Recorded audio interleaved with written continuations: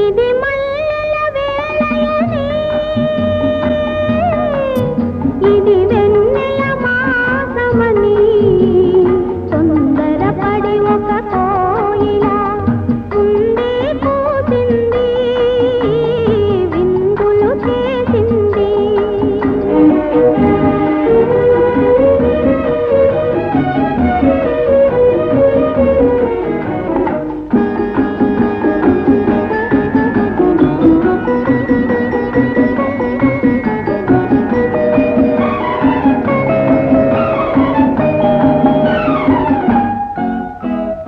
కసిరే ఎండలు కాల్చునని